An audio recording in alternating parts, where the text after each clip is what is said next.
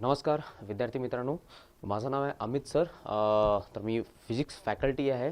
आतापर्यंत आपण तुमच्या HSC बोर्डनुसार मी electrostatic, magnetic effect of electric current, dual nature of radiations matter हे आपण चॅप्टर पूर्णपणे डिस्कस केलेले आहेत. कोणते प्रश्न येऊन गेलेले आहेत, कोणते प्रश्न येणार असतील किंवा न्यूमरिकल्स असतील तर ते सगळे आपण ऑलरेडी डिस्कस केलेले आहेत. ठीक आहे. तर मी सांगितल्याप्रमाणे मी आता आज ठीक आहे अजून एक इम्पॉर्टंट चॅप्टर मी तुमच्यासाठी घेऊन येत आहे आणि त्याचं नाव आहे ॲटम्स अँड न्यूक्लिया. ठीक आहे. तर सर्वात पहिला आपल्याला काय बघायला पाहिजेत या चॅप्टरमध्ये काय काय इम्पॉर्टन्स आहेत. ठीक आहे. तर मी एक आउटलाईन सांगतो तुम्हाला की या चॅप्टरमध्ये काय काय इम्पॉर्टन्स आहेत. तर फर्स्ट सगळे ॲटॉमिक थेरीज. ठीक आहे. हां, त्याच्यामध्ये तुम्हाला Thomson, this one Rutherford's alpha particle scattering experiment आणि त्याच्यानंतर येणार आहे बोर्स ॲटॉमिक मॉडेल. ठीक आहे. हां, तर जे 4 मार्क्सचे वगैरे डेरिव्हेशन्स आहेत ते डेरिव्हेशन्स कोणते कोणते असणार आहेत? रेडियस आणि एनर्जीचं डेरिव्हेशन असणार आहेत आणि त्याच्या व्यतिरिक्त रेडियस आणि एनर्जी या फॉर्म्युल्यावरती तुम्हाला न्यूमरिकल्स असणार आहेत. प्लस ठीक आहे स्पेक्ट्रल लाईन्स, स्पेक्ट्रल सिरीज म्हणतो आपण त्याला, Lyman series, Balmer series, Paschen series आणि त्यांचे स्पेक्ट्रलचं इक्वेशन म्हणजे वेव्हलेंथचं इक्वेशन. ठीक आहे. तर या गोष्टी आहेत आणि त्याच्यामध्ये मग आपल्याला 2 मार्क्सला किंवा 3 मार्क्सला डेफिनेशन वाईज वगैरे क्वेश्चन्स वगैरे असणार आहेत. ठीक आहे. तर सगळ्यात पहिला आपण बघू की या चॅप्टरमध्ये आपण ॲटमबद्दल म्हणजे डिस्कस करणार आहोत. त्यामुळे different theories regarding the what atom. Okay, different theories regarding the what atom. Okay. हां, जसं भरपूर थेरीज आहेत. ठीक आहे. लाईटचं नेचर फाइंड आउट करण्यासाठी त्याच्यामध्ये हायगन्स थेरी आले, न्यूटन्स कार्पुस्कल थेरी आले, मॅक्सवेल्स इलेक्ट्रोमॅग्नेटिक वेव्ह थेरी, ठीक आहे, आइन्स्टाईन फोटॉन थेरी. ते या प्रकारे सिमिलरली आपल्याकडं ॲटम म्हणजे काय, एक्झॅक्टली ॲटम कशापासून बनलेला आहे हे जाणून घेण्यासाठी हे डिफरंट थेरीज झालेल्या आहेत. ठीक आहे. तर फर्स्ट होतं दिस वन. ठीक आहे, Leucippus Democritus model and then Dalton's model. ठीक आहे. तर यांच्याबद्दल काही जास्त म्हणजे डिटेल नाही आहे. तर फक्त त्यांनी काय म्हटले होते की ॲटम एक किंवा एक स्मॉलेस्ट पार्टिकल एंटिटी आहे मॅटरचा. ठीक आहे. तर एवढंच म्हटले होते, त्याच्यामध्ये काही जास्त डिटेल नाही आहे. पण आपल्याला सिलेबसमध्ये कोणता चॅप्टर लर्न करायचा आहे, कोणता कन्सेप्ट लर्न करायचा आहे, तर J Thomson, Ernest Rutherford atomic model आणि त्याच्यानंतर कोणता येते निल्स बोर्स ॲटॉमिक मॉडेल. ठीक आहे. त्याच्यानंतर आपण नेक्स्ट बघणार आहोत जे थॉम्सन मॉडेल, त्याला आपण प्लम पुडिंग मॉडेल पण म्हणतो, अर्नेस्ट रदरफोर्ड मॉडेल म्हणतो आणि ठीक आहे त्याच्यानंतर आपण निल्स बोर्स ॲटॉमिक मॉडेल आहे. ठीक आहे. तर आपण एक एक करून या मॉडेल्सबद्दल आपण थोडंसं डिस्कस करू. ठीक आहे. So the first one J Thomson. ठीक आहे, ॲटॉमिक मॉडेल, त्याला आपण काय म्हणतो प्लम पुडिंग मॉडेल पण म्हणतो. ठीक आहे. तर जे थॉम्सनने काय म्हटलं आहे, atom is a what whole positive. ठीक आहे. म्हणजे त्याला पण जास्त काही थोडी माहिती नव्हती, त्यामुळे त्याने काय म्हटलं की atom is a what whole positive, म्हणजे जितकं पण ॲटमचं व्हॉल्यूम आहे ते सगळ्याचं सगळं काय म्हटलं त्यानं positive. And then electrons are negatively charge, electrons are place in to it like seeds in the what watermelon. ठीक आहे. म्हणजे जे कलिंगड आहे ना, कलिंगडला तो पोर्शन तुम्ही जर कट केला तर जो रेड पार्ट आहे तो काय पॉझिटिव्ह आहे आणि जे सीड्स आहेत म्हणजे जे बी वगैरे असतात ना, ठीक आहे, त्याला त्यांनी इलेक्ट्रॉन्स म्हटले. ठीक आहे. म्हणजे अशा प्रकारेच काहीतरी ॲटमचं स्ट्रक्चर आहे की पूर्ण पार्ट पॉझिटिव्ह आहे, त्याच्यामध्ये इलेक्ट्रॉन्स फक्त ठेवलेले आहेत. ठीक आहे. तर इथं बघू शकता तुम्ही, हा एक कलिंगडचा पोर्शन कट आहे समजा, तर रेड पार्ट म्हणजेच काय positive region, that is known as what atom, पूर्ण म्हणजे होल ॲटम. ठीक आहे. आणि त्याच्यामध्ये हे निगेटिव्हली चार्ज इलेक्ट्रॉन्स काय ठेवले, फक्त ठेवलेले आहेत, ते रिव्हॉल्व करत नाही आहेत, ते फक्त तिथं ठेवलेले आहेत. ठीक आहे. हां, पण आपल्याला माहिती आहे की ॲटम असा नाही आहे. ठीक आहे. पण सुरुवात तरी झाली ना कुठून तरी. ठीक आहे. हां, सो त्याचे फेलियर्स आहेत. ठीक आहे. कारण की हा ॲटॉमिक मॉडेल आपण का कन्सिडर केले नाही आहे, त्याचे डिफरंट फेलियर्स आहेत. ठीक आहे. तर लक्षात घ्या, हे फेलियर्स पण 2 मार्क्सला विचारू शकतात. What are the failures of this one Thomson model. So I will write it down here the question, what are the failures, what are the failures of Thomson model, of Thomson atomic model. Okay. हां, तर हे किती जास्तीत जास्त एक 2 मार्क्सला येऊ शकतात. ओके. तर लक्षात घ्या, हा प्रश्न या म्हणजे कन्सेप्टवरून हा प्रश्न येऊ शकतो. ठीक आहे. हां, सो काय फेलियर्स आहेत, it could not explain the spectral emission. ठीक आहे. म्हणजे आपल्याला माहिती आहे की जेव्हा समजा एखादा इलेक्ट्रॉन असेल किंवा असे भरपूर इलेक्ट्रॉन्स असतात आणि हा समजा न्यूक्लियस असेल. ठीक आहे. तर जेव्हा electrons higher orbit to lower orbit येतो तेव्हा तो लाईट इमिट करतो. करेक्ट. आणि लाईटची काय असणार आहे, फ्रिक्वेन्सी असणार आहे. ठीक आहे. हां, पण थॉम्सनना हे एक्सप्लेन करता आलं नाही आहे की लाईट ॲटममधून लाईट कशा प्रकारे बाहेर पडतो, डिफरंट कलरचे लाईट कशा प्रकारे बाहेर पडतात हे याला एक्सप्लेन करता आलं नाही आहे, त्यामुळे हा मॉडेल काय झाला, फेल झाला. ठीक आहे. त्याच्यानंतर it could not explain the large scattering of alpha particles in the Rutherford's alpha particle scattering experiment. तर रदरफोर्ड्सने एक एक्सपेरिमेंट कंडक्ट केला होता. तर त्यानं काय म्हटलं होता की चला, म्हणजे समजा ॲटम जर होल पॉझिटिव्ह असेल आणि हे जर अल्फा पार्टिकल जर जात असतील, ठीक आहे, तर अल्फा पार्टिकल पण काय आहे, पॉझिटिव्ह आहे आणि हे पण काय आहे, पॉझिटिव्ह आहे. ठीक आहे, त्यामुळे अल्फा पार्टिकल त्या बाजूला न जाता हा दुरूनच काय होणार, डिफ्लेक्ट होणार. पण रदरफोर्ड स्कॅटरिंग एक्सपेरिमेंटमध्ये काय ऑब्झर्व केलेलं आहे की अल्फा पार्टिकल्स हे ॲटममधून पास होऊन बाहेर पण आलेत. ठीक आहे, म्हणजेच काय, थॉम्सननं जसं म्हटलं होतं की ॲटम पूर्ण पॉझिटिव्ह नाही, ॲटम पूर्ण पॉझिटिव्ह नाही आहे. ठीक आहे, ॲटम म्हणजेच काय, एक एम्प्टी स्पेस आहे. काय, एम्प्टी स्पेस, आणि त्याच्या सेंटरला कुठेतरी एक पॉझिटिव्ह चार्ज आहे. ठीक आहे, त्याला आपण काय म्हणतो, न्यूक्लियस म्हणतो. ठीक आहे, तर हे दोन फेलियर्स लक्षात घ्या आणि थोडंसं ॲटॉमिक पॉस्च्युलेट्स बघा. ठीक आहे, नेक्स्ट वन.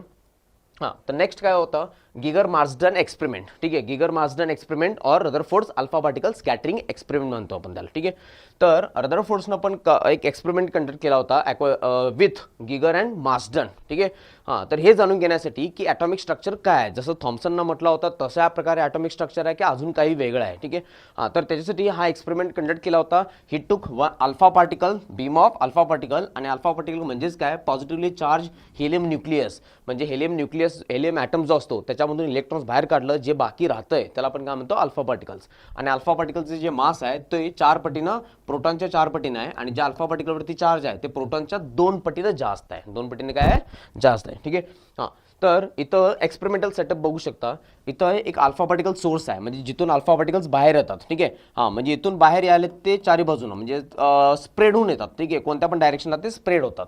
त्याच्यानंतर आपल्याला एक नॅरो बीम पाहिजेत. मग नॅरो बीम करण्यासाठी आपण इथे नॅरो स्लिट्स लावतो किंवा त्याला आपण कोलिमीटर म्हणतो. काय म्हणतो, कोलिमीटर्स. ठीक आहे, मग याच्यामधून गेल्यानंतर बाकी सगळे अल्फा पार्टिकल्स ब्लॉक होतात आणि एक नॅरो स्ट्रीम बीम अल्फा पार्टिकलचं इकडं पास होते. ठीक आहे, आणि त्याच्यासमोर आपण एक गोल्ड फॉईल घेतलेलं आहे. ठीक आहे, आणि ते गोल्ड फॉईलचं थिकनेस इथं लिहिलेलं आहे, ते भरपूर थिन आहे. ठीक आहे, म्हणजे असं जर केला तर गोल्ड फॉईलची एक लाईन दिसणार किंवा ते पण दिसणार नाही, इतक्या थिन लेवलला आहे ते. ठीक आहे, हां, त्याच्यानंतर इथं एक झिंक सल्फाईड स्क्रीन आहे, जेणेकरून जे अल्फा पार्टिकल स्ट्राईक झाल्यानंतर इथं काय होतात, ते ग्लो होत आहे आणि त्याच्यावरून समजते की हां, अल्फा पार्टिकल्स इथं स्ट्राईक होत आहेत. ठीक आहे, आता समजा थॉम्सनने काय म्हटलं होतं, पूर्ण ॲटम पॉझिटिव्ह असते. मग पूर्ण ॲटम पॉझिटिव्ह असला असता तर गोल्ड फॉईल पूर्ण पॉझिटिव्ह झाला असता आणि अल्फा पार्टिकल्स पण पॉझिटिव्ह रिपेल, म्हणजे एक पण अल्फा पार्टिकल्स या बाजूला भेटला नसतं तुम्हाला. पण हा या एक्सपेरिमेंटमध्ये काय समजून आलंय की मॅक्झिमम अल्फा पार्टिकल्स इथं काउंट झालेत. आणि जसं तुम्ही सेंटरपासून डाऊन किंवा सेंटरपासून एका बाजूला आणि सेंटरपासून त्या बाजूला जर गेला तर नंबर ऑफ अल्फा पार्टिकल्स पण आहेत, पण ते कमी आहेत. ठीक आहे, हां, म्हणजेच काय, इथं एक कन्फर्म होतं आहे की थॉम्सन मॉडेल फेल आहे. त्यानं काय म्हटलं होतं, ॲटम पूर्ण पॉझिटिव्ह नाही, ॲटम पूर्ण पॉझिटिव्ह बिलकुल नाही आहे. ठीक आहे, हां, तर याचे थोडेसे एक्सपेरिमेंटल ऑब्झर्वेशन्स पण आपण बघू. पण त्याच्या व्यतिरिक्त या डायग्रामवरती 2016मध्ये एक प्रश्न विचारला होता आणि तो प्रश्न काय होता, draw the neat label diagram of Geiger Marsden experiment. ठीक आहे, म्हणजे तुम्हाला सिम्पली काय करायचं आहे, हा डायग्राम ड्रॉ करायचा आहे, कोणते कोणते पार्ट्सना काय नावं आहेत. ठीक आहे, ते प्रॉपरली तुम्हाला मेन्शन करायचं आहे. ठीक आहे, हां, त्याच्यानंतर याच्यामध्ये अजून एक प्रश्न काय होऊ शकतो, मेन्शन द ऑब्झर्वेशन्स, म्हणजे रदरफोर्ड्सला हे एक्सपेरिमेंट कंडक्ट केल्यानंतर काय काय ऑब्झर्वेशन्स आलेले आहेत. ठीक आहे, हां, त्याच्यानंतर what are the postulates of Rutherford's atomic model. मग हे एक्सपेरिमेंट झाल्यानंतर, ऑब्झर्वेशन झाल्यानंतर त्यानं स्वतः ॲटमबद्दल किंवा ॲटॉमिक स्ट्रक्चरबद्दल त्यानं स्वतः काही मांडणी केलेल्या आहेत, त्याला म्हणतो आपण काय, पॉस्च्युलेट्स म्हणतो. ठीक आहे, हां, तर नेक्स्ट आपण बघू की याचे ऑब्झर्वेशन्स काय आहेत. तर रदरफोर्डला असं दिसून आलं की ॲटम पूर्ण पॉझिटिव्ह नाही आहे. ठीक आहे, त्यामुळे ऑब्झर्वेशननुसार इथं काय झालेलं आहे, मॅक्झिमम अल्फा पार्टिकल्स हे गोल्ड फॉईलमधून पास झालेले आहेत. गोल्ड फॉईलमधून काय झालेले आहेत, पास झालेले आहेत. म्हणजेच काय, atom is what, empty space, म्हणजे ॲटमचा मॅक्झिमम स्पेस काय, एम्प्टी आहे. ठीक आहे, and then few alpha particles scattered through the what, various angle. थोडे बहुत अल्फा पार्टिकल्स काय झालेले आहेत, छोटे छोटे अँगलने किंवा त्याच्यापेक्षा जास्त अँगलनं काय झालेले आहेत, स्कॅटर्ड झालेले आहेत. ठीक आहे, हां, and then about 8000 alpha particles. ठीक आहे, that is more than the what, 90 degree. ठीक आहे, म्हणजे थोडे बहुत 8000च्या आसपास पार्टिकल्स काय झालेत, एक 90 डिग्रीच्या म्हणजे 90 डिग्री अँगल होऊन ते काय झाले, स्कॅटर्ड झालेत. ठीक आहे, त्याच्यानंतर very few alpha particles deflected with what, 180 degree. ठीक आहे, तर इथं बघू शकता तुम्ही या डायग्राममध्ये, जसं हा alpha particles beam of alpha particles जर स्ट्राईक होत असेल, थोडे alpha particles, maximum alpha particles आहेत तसंच गेलेत. ठीक आहे, विदाउट एनी डेव्हिएशन. म्हणून तरी जिथं मी व्हाईट जे डॉट आहेत ते इथं जास्त आहेत, म्हणजे क्राउडेड आहे. ठीक आहे, म्हणजे मॅक्झिमम अल्फा पार्टिकल्स इथं काउंट झालेले आहेत ॲट 0 डिग्री. आणि जसं तुमचा अँगल वाढेल तसं number of alpha particles goes on decreases. मग या अँगलला कमी आहेत, या अँगलला कमी आहेत, या अँगलला कमी आहेत. ठीक आहे, अशा प्रकारे. ठीक आहे, आणि कुठंतरी एक अल्फा पार्टिकल, एक किंवा दोन अल्फा पार्टिकल ज्या रस्त्यानं जातो तो त्या रस्त्यानंच वापस येतो. ठीक आहे, हां, तर हे झाले ऑब्झर्वेशन्स. हे काय झाले, ऑब्झर्वेशन्स. 2 मार्क्ससाठी लक्षात घ्या. ठीक आहे, नेक्स्ट. त्याच्यानंतर हे ऑब्झर्वेशन्स बघून रदरफोर्ड्सनं स्वतःचं ॲटॉमिक मॉडेल तयार केलं. ठीक आहे, आणि ते ॲटॉमिक मॉडेल काय आहे, atom is a what? Maximum atom is what? Empty space in which at the center there is a what? Massive and positive core called as a what? Nucleus. And लक्षात घ्या, nucleus word is the first person to coin the nucleus word is what? Rutherford. ठीक आहे. And then त्याने काय म्हटलं आहे की item, जसं थॉम्सनने काय म्हटलं होतं की atom is a what? Whole positive. नाही, atom is not whole positive. त्याचा कुठेतरी एक सेंटरला कोर आहे, ठीक आहे, तो पार्ट काय फक्त पॉझिटिव्ह आहे. ठीक आहे. हां, म्हणजे मॅक्झिमम ॲटम काय आहे? एम्प्टी स्पेस आहे. त्याच्या कुठंतरी सेंटरला काय एक कोर आहे, त्याला आपण काय नाव दिलंय?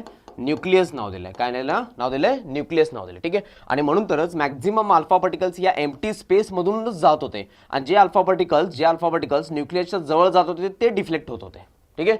हां, म्हणजे समजा जो अल्फा पार्टिकल न्यूक्लियसच्या समोर जाणार ना, तो वापस येणार. तो काय येणार? वापस येणार. ठीक आहे. हां, तर हा झाला फर्स्ट अझम्पशन किंवा पॉस्टुलेट्स म्हणतो आपण त्याला.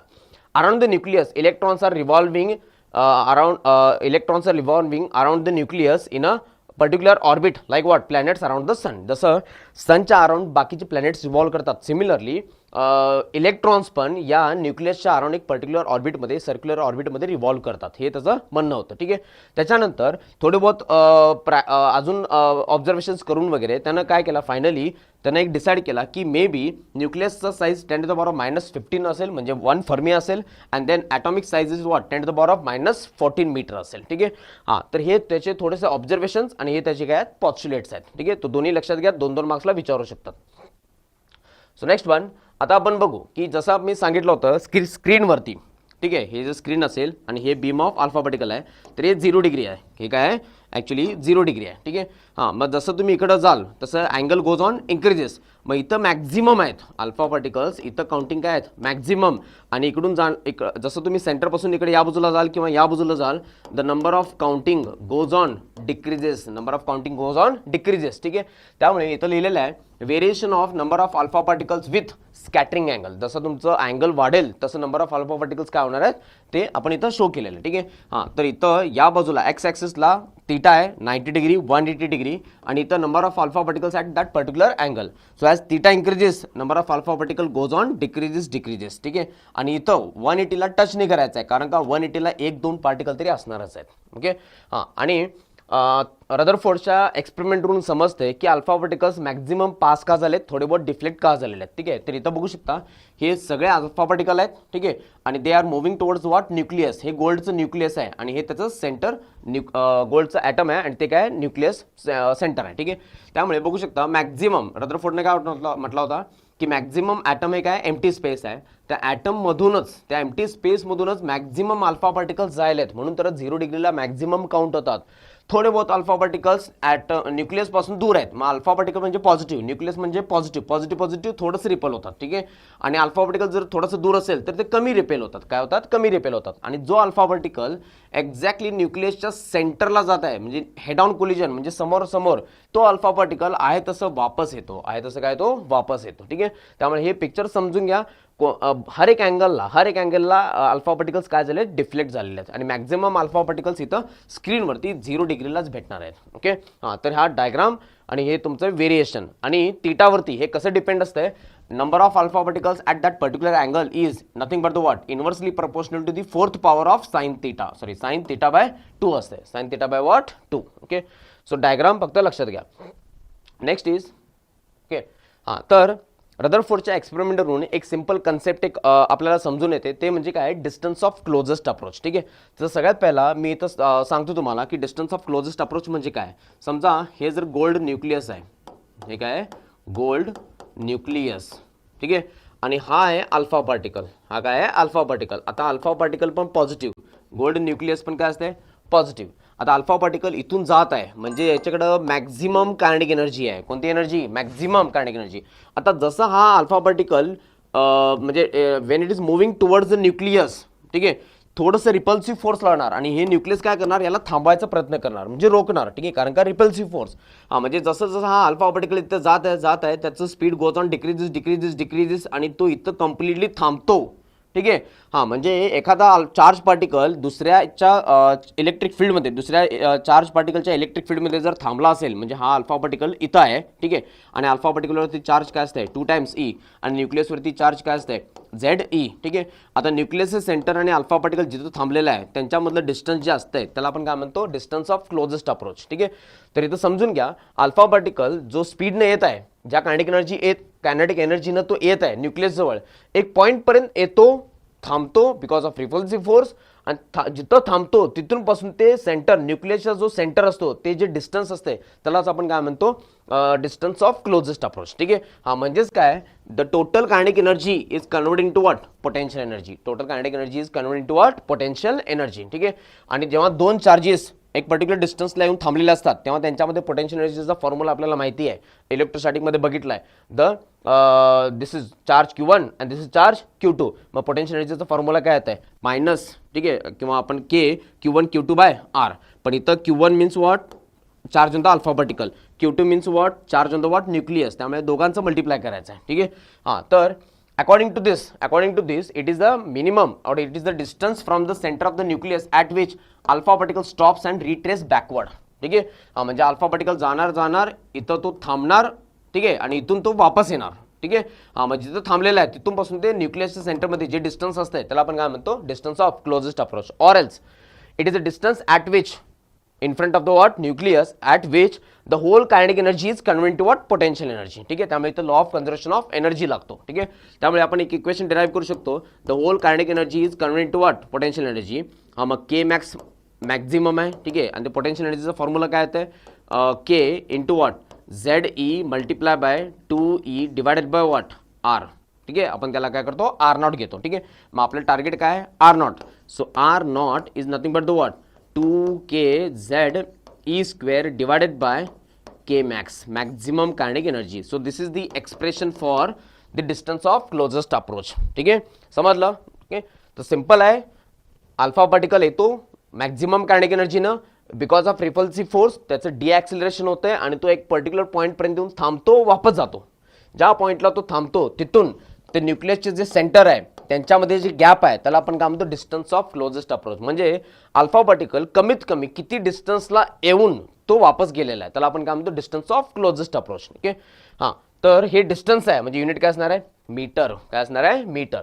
आता याचवरती एक न्यूमरिकल आहे. ठीक आहे. ते आपण सॉल्व्ह करू. समजा इथं म्हटलेत आणि हे टेक्स्टबुकमधलं न्यूमरिकल आहे त्यामुळे येण्याचं चान्सेस आहेत तुमच्या एक्झाममध्ये. ठीक आहे. हां, depending on the what, distance of closest approach. हां, तर इथं काय म्हटलेत, in a force scattering experiment assume that the incident alpha particle radius. ठीक आहे. म्हणजे समजा हे जे अल्फा पार्टिकल आहे, ठीक आहे, त्या अल्फा पार्टिकलचं रेडियस दिलेत. So radius of the alpha particle आपण त्याला R1 मानू. ठीक आहे. That is given how much, 1.8 Fermi, 1.8 Fermi. ठीक आहे. and this is moving towards the what, gold nucleus. This is moving towards the what, gold nucleus. and the gold nucleus जे radius आहे R2 is equal to what, that is given how much, 6.23 Fermi, 6.23 Fermi. ठीक आहे. हां, त्याच्यानंतर काय म्हटले, हा alpha particle जसा इकडे येतोय, ठीक आहे, आणि तो या सरफेसला अशा प्रकारे चिकटून बसतो. ठीक आहे. म्हणजे हा अल्फा पार्टिकल, ठीक आहे, आणि गोल्ड न्यूक्लियस. मग हे जर समजा आपण R2 घेतलं तर हे डिस्टन्स काय असणार आहे, R1. मग त्या दोन्ही सेंटरमधलं डिस्टन्स काय असणार आहे, डिस्टन्स ऑफ क्लोजेस्ट अप्रोच. ठीक आहे. हां, म्हणजे इथं R0ला मी काय घेऊ शकतो, R1 प्लस R2 घेऊ शकतो, R1 प्लस R2. देन तर त्याची इनिशियल कायनेटिक एनर्जी काय होती हे आपल्याला फाइंड आउट करायचं आहे. ठीक आहे. मग आपल्याला आता इक्वेशन माहिती आहे की K max is nothing but the what, potential energy करतो आपण. मग के मॅक्स तेच काढायचं आपल्याला, maximum kinetic energy, potential energy is nothing but the what, K charge on the nucleus, charge on the alpha particle, हे ZE 2E divided by R0 divided by what, R0. ठीक आहे. हां, मग आपण के मॅक्सचं equation ठेवल्यानंतर इथे काय होणार आहे, 2kZE square divided by R0. ठीक आहे. हां, पण R0च्या ठिकाणी आपण काय करू शकतो, R1 प्लस R2 करू शकतो. ओके. हां, after that you can make this as K maximum 2. what is the value of k, 9 into 10 to the power of 9, correct. and Z गोल्डचं न्यूक्लियसचं ॲटॉमिक नंबर काय असते, 79. ठीक आहे. आणि multiply by E square means what, charge 1.6 into 10 to the power of -19 the whole square divided by R1 plus R2. R1 plus R2 म्हणजे किती, 1.8 plus 6.23. आपण इथं बघा फर्मी आहे, Fermi means what, 10 to the power of -15 म्हणजे 10 to the power of 15 ते बाहेर येणार. ठीक आहे. आणि Wien you solve this you will get the answer in joule this much. That means 4.53 into 10⁻⁻12 joule येत आहे. आणि आपल्याला जर इलेक्ट्रॉन व्होल्टमध्ये कन्वर्ट करायचं असेल तर आपण काय करतो, डिवाइड बाय 1.6. ठीक आहे. म्हणजे जेव्हा तुम्ही या व्हॅल्यूला K max is equal to what 4.53 into 10⁻12 divided by 1.6 into 10⁻⁻19 हे सॉल्व केल्यानंतर कन्फर्म. ठीक आहे. So you will get 28.3 into 10⁻6 electron volt. ठीक आहे. ॲक्च्युली 7 येत आहे, मग 1 0 इकडे मल्टिप्लाय करा, you will get to what 28. So K max is nothing but 28.3 mega electron volt, म्हणजे इतकी कायनेटिक एनर्जी होती त्याच्याकडं. ठीक आहे. तर this is the example based on the what distance of closest approach. Okay, समजलं. जसं 2 तिथं अल्फा पार्टिकल्स होते ना, अल्फा पार्टिकल गोल्ड न्यूक्लियस. ठीक आहे. मग इथं काय म्हटलेत की अल्फा पार्टिकल जाऊन त्या सरफेसला चिकटलेला आहे. ठीक आहे. म्हणजे गोल्ड न्यूक्लियसच्या सरफेसला काय झालं आहे, चिकटून बसलेला आहे. हां, मग त्यांच्यामधलं सेंटरमधलं डिस्टन्स मग R1 दिलेत, R2 दिलेत, म्हणजे त्यांचं डिस्टन्स काय राहणार आहे, R0. करेक्ट. ओके, तर हे न्यूमेरिकल थोडंसं प्रॅक्टिस करा. नेक्स्ट. हां, so finally what are the failures. कारण का रदरफोर्डनं जे ॲटॉमिक मॉडेल बनवलं आहे, ठीक आहे, ते इतकं पण परफेक्ट नव्हतं. त्याच्यामध्ये पण काही ना काही चुकी वगैरे होत्या, त्याच्यामध्ये पण काहीतरी फेलियर्स होते. ठीक आहे. हां, तर याच्यामधून पण 1-2 मार्क्सला प्रश्न येण्याचा चान्सेस आहेत. ठीक आहे. State the difficulties faced by the Rutherford's model किंवा failures of the what Rutherford's model. आणि हा प्रश्न तुमच्या टेक्स्टबुकमध्ये पण आहे. ठीक आहे. त्यामुळे 2 मार्क्ससाठी हे लक्षात घ्या. ठीक आहे. तर फेलियर्स म्हणजे काय, जसं थॉम्सनचे फेलियर्स होते तशा प्रकारे रदरफोर्डचे पण काय फेलियर्स आहेत. Okay. So first one, it could not explain the stability of the what atom. ठीक आहे. तर रदरफोर्डने काय म्हटलं होता की इलेक्ट्रॉन हा अराउंड द न्यूक्लियस फिरतो आणि फिरताना तो एनर्जी रेडिएट करतो. मग एनर्जी रेडिएट केला की तो परत लूज करणार, खाली येणार, अशा प्रकारे करत करत तो न्यूक्लियसकडे जाणार आणि न्यूक्लियस अनस्टेबल होत आहे किंवा ॲटम अनस्टेबल होत आहे. पण तसं नाहीच आहे. पूर्ण ॲटम स्टेबल आहे आणि इतकं ॲटम स्टेबल हे कसं राहू शकतं याचा आन्सर याच्याकडे नाही आहे. ठीक आहे. त्याच्यानंतर ही ऑल्सो कुड not explain the spectral emission, की ॲटॉमिक फिनॉमिनामधून लाईट किंवा डिफरंट फ्रिक्वेन्सीचे लाईट वगैरे कसे बाहेर पडतात हे पण त्याला एक्सप्लेन करता आलं नाही आहे. ठीक आहे. त्याच्यानंतर it could not explain the elliptical orbit. त्यानं सर्क्युलर ऑर्बिटबद्दल बोलला होता, पण जसं आपण बघितलं, ठीक आहे, तर नियर बाय जो इलेक्ट्रॉन असतो तो नियरली सर्क्युलर ऑर्बिटमध्ये असतो, पण त्याच्यानंतर जे ऑर्बिट असतात ते ऑलमोस्ट काय होतात, इलिप्टिकलमध्ये जातात. कसे जातात, इलिप्टिकलमध्ये. ठीक आहे. तर इलिप्टिकल ऑर्बिटचं याच्यामध्ये काही एक्सप्लेनेशन नाही आहे. ठीक आहे. हां, तर अजून 2-3 मे बी अजून फेलियर्स वगैरे असतील, पण 2 मार्क्सला विचारले की 1-2 किंवा 3 लाईन्स लिहिला तरी काफी आहे. ठीक आहे. तर नेक्स्ट आपण बघू. तर आतापर्यंत आपण बाकी सगळे ॲटॉमिक मॉडेल्स बघितलेत, थॉम्सन मॉडेल बघितलेत, रदरफोर्ड्स ॲटॉमिक मॉडेल बघितलेत, त्याचे पॉस्ट्युलेट्स पण बघितलेत. आता जो थर्ड आहे तो बोर्स ॲटॉमिक मॉडेल आहे. तर याच्यावरती बघू शकता तुम्ही 2023ला आणि 2022ला आणि 2020ला पण प्रश्न विचारलेत. हां, म्हणजे प्रश्न म्हणजे काय, त्यांचे पॉस्ट्युलेट्स विचारलेत. ठीक आहे. आता पॉस्ट्युलेट्स म्हणजेच काय की याच्यानुसार म्हणजे बोर्सच्या ॲटॉमिक मॉडेलनुसार तर ॲटम कसा असायला पाहिजेत हे त्यानं मांडून ठेवलेलं आहे. ठीक आहे. म्हणजे ती मांडणी जी आहे त्याला आपण काय म्हणतो, पॉस्ट्युलेट्स म्हणतो. ठीक आहे. तर त्याने सगळ्यात पहिला काय मांडलाय, न्यूक्लिअर कन्सेप्ट केलाय, त्याच्यानंतर क्वांटायझेशन कंडिशन, त्याच्यानंतर फ्रिक्वेन्सी कंडिशन. ठीक आहे. आता क्वांटायझेशन कंडिशन जर तुम्हाला समजून घ्यायचं असेल तर त्याच्यासाठी एक फेमस डायलॉग आहे, तो मी नंतर सांगेन तुम्हाला. हां, तर पहिला आपण बघू nuclear concept. So every atom has a what massive and positive core called as a what nucleus, and around that nucleus electron is what revolving. ठीक आहे. हां, म्हणजे प्रत्येक ॲटमच्या सेंटरला काहीतरी मॅसिव्ह आणि हेवी आहे आणि ते पॉझिटिव्ह आहे. ठीक आहे. आणि म्हणून तरच अल्फा पार्टिकल डिफ्लेक्ट झालेले आहेत त्या पॉझिटिव्हकडे जाताना. ठीक आहे. कारण का पॉझिटिव्ह रिपेल होतात. ठीक आहे.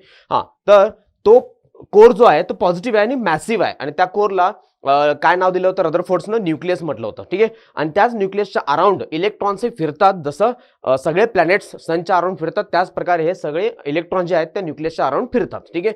हां, तर त्याच्यानंतर जे क्वांटायझेशन कंडिशन आहे. ठीक आहे. आता क्वांटायझेशन कंडिशन म्हणजेच काय की एक कंडिशन आहे जी इलेक्ट्रॉनने आपल्यासाठी कन्सिडर केले किंवा इलेक्ट्रॉनला ती ॲप्लिकेबल आहे. तर इलेक्ट्रॉन आपल्याला माहिती आहे की suppose if it is nucleus, ठीक आहे, आणि त्या न्यूक्लियसच्या अराउंड इलेक्ट्रॉन इथं पण फिरतो, फर्स्ट ऑर्बिट सेकंड ऑर्बिटमध्ये पण फिरतो. ठीक आहे. हां, तर मला सांगा फर्स्ट आणि सेकंड ऑर्बिटमध्ये पण जागा आहे, मग इलेक्ट्रॉन तिथं का फिरत नाही? ठीक आहे, किंवा सेकंड आणि थर्ड ऑर्बिटच्या मध्ये पण स्पेस आहे, तो इलेक्ट्रॉन तिथं का फिरत नाही? त्यामुळे इलेक्ट्रॉन एक पर्टिक्युलर ऑर्बिटमध्येच फिरतो ज्या ठिकाणी त्याची काहीतरी एक कंडिशन सॅटिस्फाईड होते. ठीक आहे, हा ती कंडिशन काय की क्वांटायझेशन कंडिशन म्हणजेच काय, the electron revolve in a particular orbit where the angular momentum is integral multiple of h divide by 2π असते. ठीक आहे, हा म्हणजेच काय, समजा इथं फर्स्ट ऑर्बिटमध्ये, सेकंड ऑर्बिटमध्ये आणि थर्ड ऑर्बिटमध्ये फर्स्ट ऑर्बिटमध्ये h डिवाइड बाय 2π असते, सेकंड ऑर्बिटमध्ये 2 टाइम्स h डिवाइड बाय 2π असते. म्हणजे h डिवाइड बाय 2π हे फिक्स आहे आणि हे 2 टाइम्स 3 टाइम्स 4 टाइम्स, हा मग जर कोणती पण फ्रॅक्शन व्हॅल्यू असेल तर इलेक्ट्रॉन तिथं फिरत नाही. ठीक आहे, म्हणजेच काय, आतापर्यंत आपण काय शिकलंय की इलेक्ट्रॉन ऑर्बिटमध्ये फिरतो, नाही, इलेक्ट्रॉन जिथं फिरतो ती ऑर्बिट मानायची. ठीक आहे, कारण का इलेक्ट्रॉनने काय केलंय, स्वतःला कन्सिडर केलंय की मी इथंच फिरणार. ठीक आहे, हा मग याच्यासाठी समजून घ्यायचं असेल तर दीवार पिक्चर मध्ये एक अमिताभ बच्चनचा एक फेमस डायलॉग आहे. ठीक आहे, जहां पे हम खड़े हो जाते हैं लाइन वहां से शुरू हो जाते हैं, हाय की नाही? हा मग तशा प्रकारेच इलेक्ट्रॉन जिथं फिरतो, ठीक आहे, इलेक्ट्रॉन जिथं फिरतो ती ऑर्बिट मानायची. Done, okay. हा तर थर्ड जे कंडिशन आहे फ्रिक्वेन्सी कंडिशन मध्ये बोर्सने काय दिलंय की ॲटॉमिक ट्रान्झिशन मध्ये किंवा जेव्हा एखादा इलेक्ट्रॉन हायर लेवल पासून ते लोअर लेवल पर्यंत येतो तेव्हा तेव्हा तो लाईट इमिट करतो आणि जे लाईटची जी एनर्जी आहे ती दोन लेवलमध्ये, दोन एनर्जी लेवल्समध्ये किंवा दोन ऑर्बिटमध्ये जी एनर्जी होती त्यांचं डिफरन्स असतोय, त्यांचा काय असतोय, डिफरन्स असतोय. ठीक आहे, त्यामुळे समजा हे एक ऑर्बिट आहे आणि हे एक ऑर्बिट आहे. ठीक आहे, this is second orbit, this is first orbit. आणि समजा इलेक्ट्रॉन जर इथून जम्प करत असेल तर एक लाईट बाहेर पडतो आणि त्या लाईटची एनर्जी काय असते, ई. तर बोर्सने काय म्हटलंय, ती एनर्जी या दोन ऑर्बिटमध्ये जी एनर्जी आहे त्यांचं डिफरन्स असतं. काय असते, डिफरन्स असते. ठीक आहे, हा म्हणजे इथं समजा जर E2 असेल आणि इथं समजा जर E1 असेल, then energy of the light is nothing but the what, E2 minus E1, E2 minus E1. ठीक आहे, हा तर याच्यावरती एक प्रश्न पण विचारला होता 1 मार्क्ससाठी 2022ला. ठीक आहे, write down the expression for the Bohr's third postulates. Bohr's what, third पॉस्ट्युलेट्स.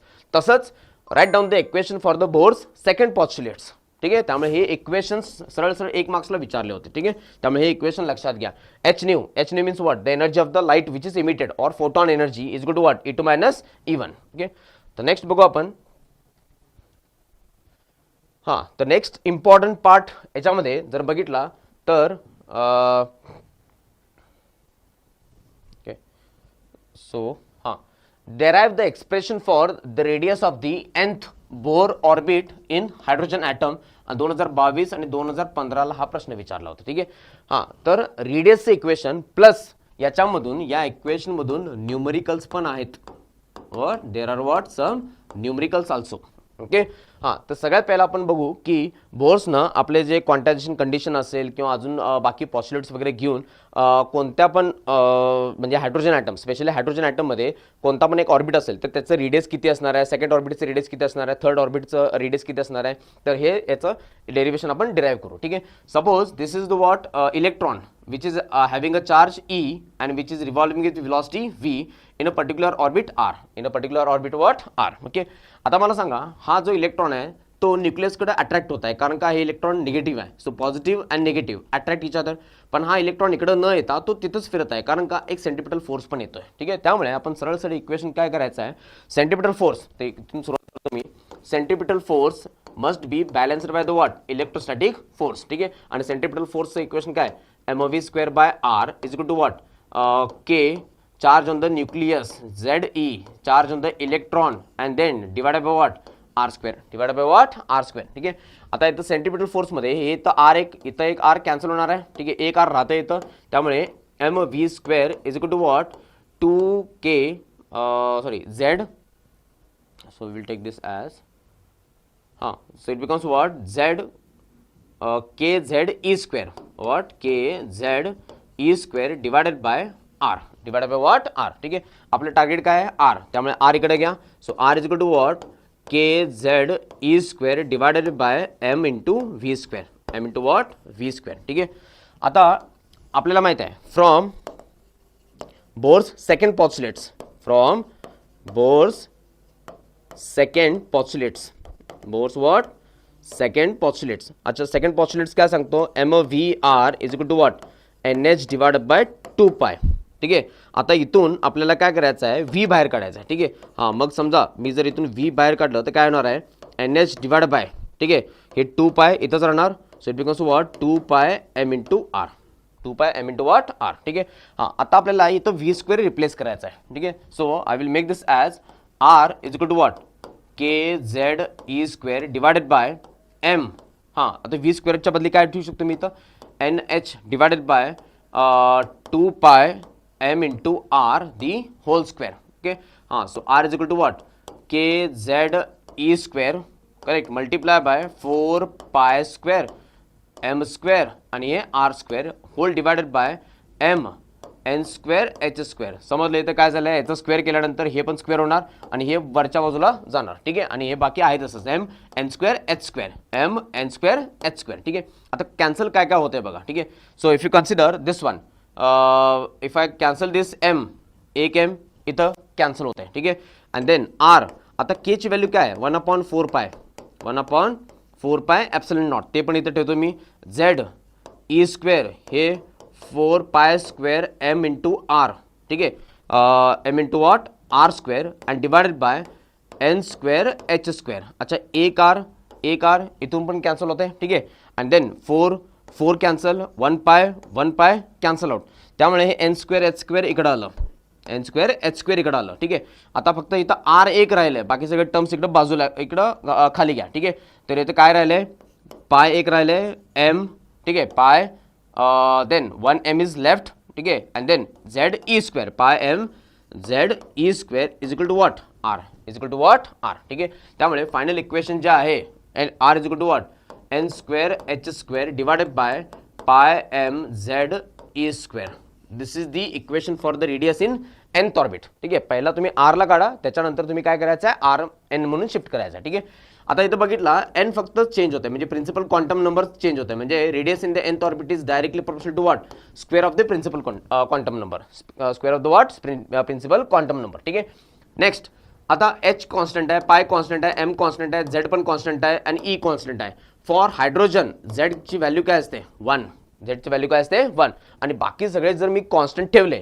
ठीक आहे. So I will write it down here, putting all constant, putting what all constant. ठीक आहे. तर radius in the nth orbit is nothing but 0.53 into 10 to the power of -10 metre येत आहे, किंवा in short 0.53 angstrom divided by n square divided by what n square. हां, मग समजा first orbit जर असेल for n is equal to 1. ठीक आहे. तर त्याला एक नाव दिलेत 0.53 अँगस्ट्रॉम, आणि या रेडियसला आपण काय म्हणतो, बोहर रेडियस म्हणतो. काय म्हणतो आपण त्याला, बोहर रेडियस म्हणतो आपण. Okay, done. So innermost orbit in hydrogen atom is called as a what Bohr radius. तर हे डेरिवेशन जे आहे ते कम्प्लीट केले तुम्हाला 3 किंवा 4 मार्क्सला येऊ शकते. ठीक आहे. And then you just remember this formula.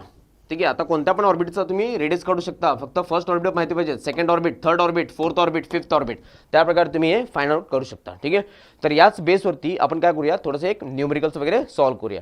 तर तुम्ही थोडंसं पॉज करून तर वापस स्टेप्स वगैरे बघू शकता, आणि कोणत्या स्टेपला जर काही प्रॉब्लेम होत असेल तर तुम्ही ते स्वतः थोडंसं ट्राय करा. ठीक आहे, सॉल्व्ह करा. ओके. नेक्स्ट आपण बघू तर त्याच्यावरती न्यूमेरिकल्स. ठीक आहे. Calculate the radius of the third orbit of electron in the hydrogen atom. ठीक आहे.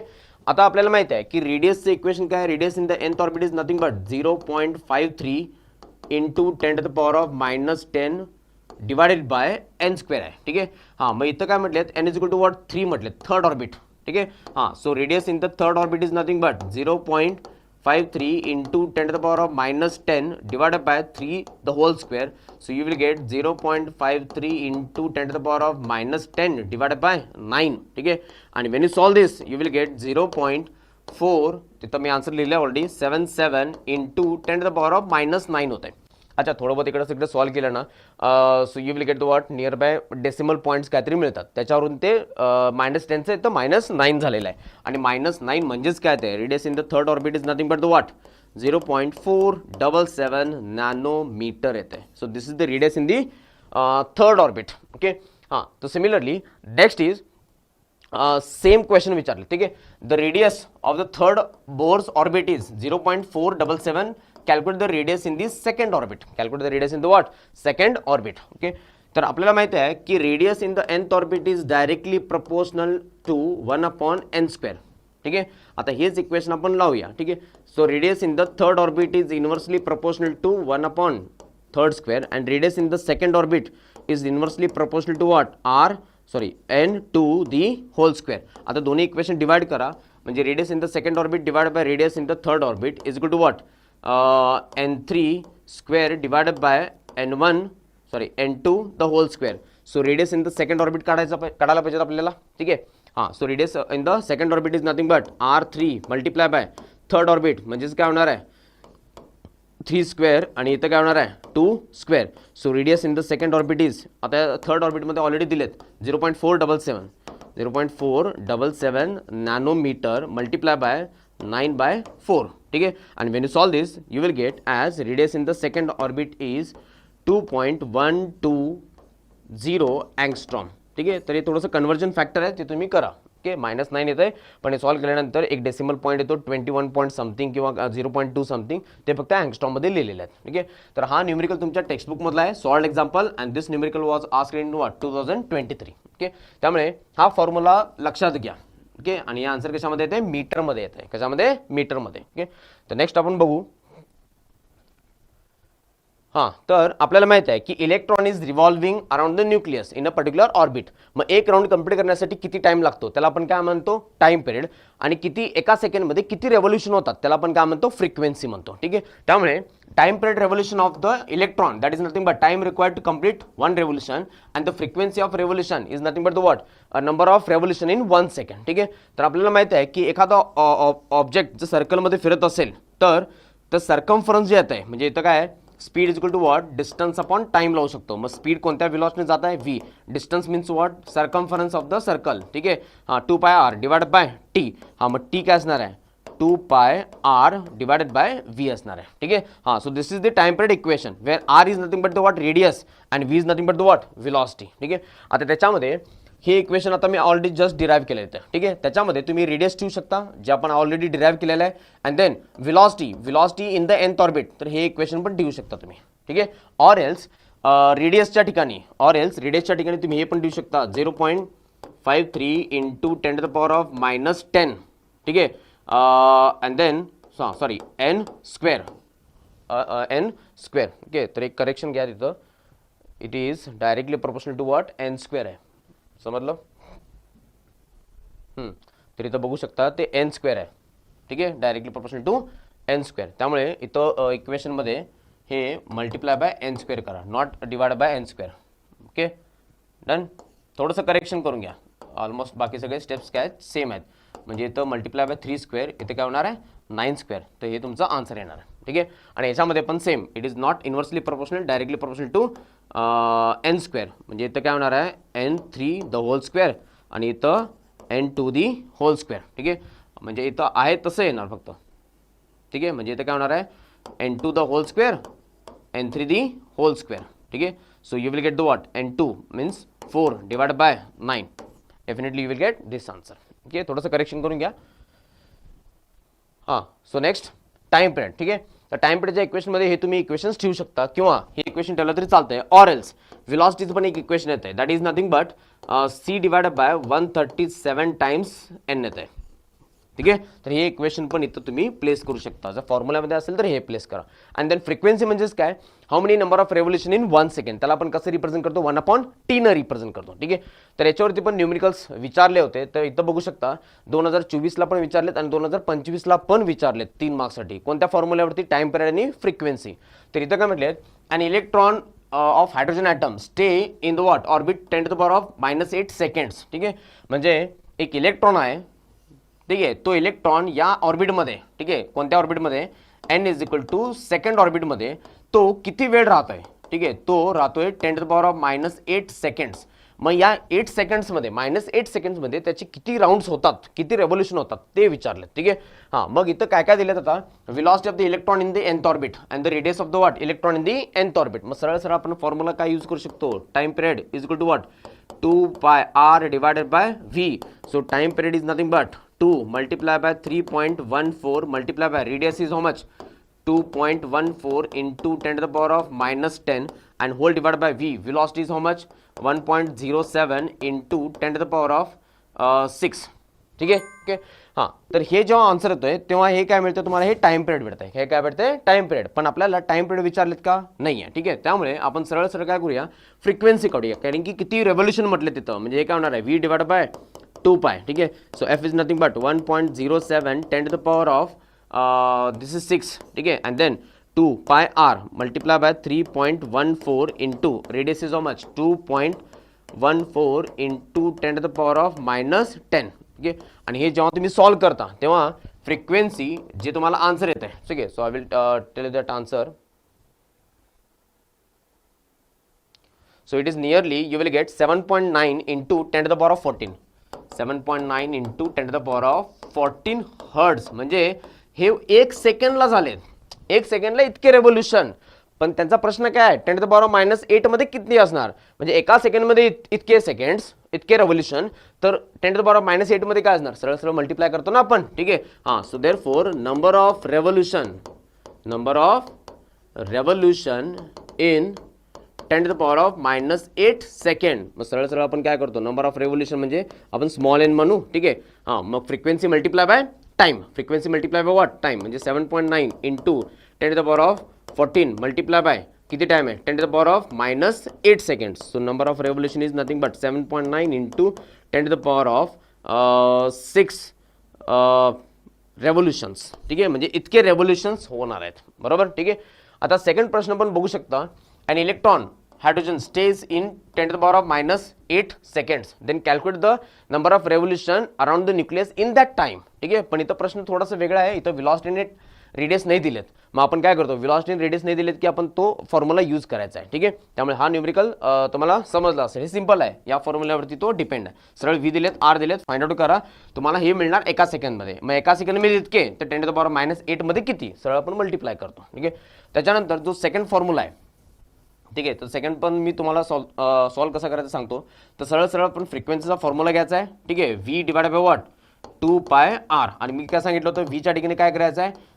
Speed of light 137 times n and divided bye 2 पाय r. r च्या ठिकाणी काय करतो आपण? 0.53 into 10 to the power of minus 10 multiply by n square.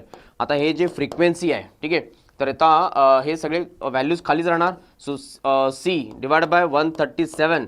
आता N आणि एन स्क्वेअर काय होणार? N cube multiply by 2 pi into 0.53 into 10 to the power of minus 10. आता सगळे व्हॅल्यूज प्लेस करा. C means what? Speed of light 3 into 10 to the power of 8 and divided by 137 multiply by second orbit म्हटलेत. मग second ऑर्बिटचं cube होणार. ठीक आहे. Multiply by 2 into 3.14 multiply by 0.53 10 to the power of minus 10. Okay. हां, then हे जर तुम्ही सगळं सॉल्व केल्यानंतर नियरली काय भेटणार आहे? Answer nearly 1.8.164 into 10 to the power of 14 hertz भेटणार आहे. ठीक आहे.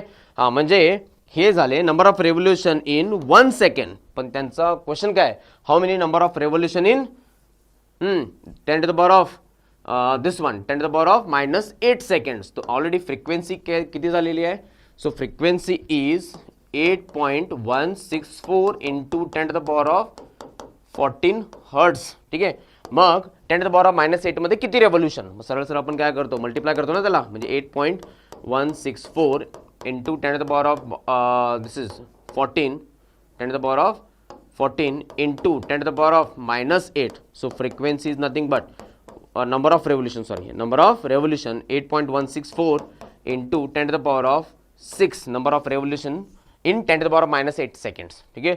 त्यामुळे हे दोन्ही प्रश्न लक्षात घ्या. सिंपल फॉर्म्युला आहे. ओके. दोन फॉर्म्युले तुम्ही यूज करू शकता. हा फॉर्म्युला यूज केल्यानंतर समजा रेडियस आणि वेलोसिटी नाही दिली तर हे प्लेस करा. बेस्ट. ठीक आहे. आणि रेडियस आणि वेलोसिटी दिली असेल तर go for this one. Okay. तर नेक्स्ट आपण बघू. हां, तर नेक्स्ट पण इथं ऑलमोस्ट सेम न्यूमेरिकल्स आहेत. ठीक आहे. तर मी हे दोन्ही तुम्हाला ॲज अ होमवर्क किंवा असाइनमेंट म्हणून समजा.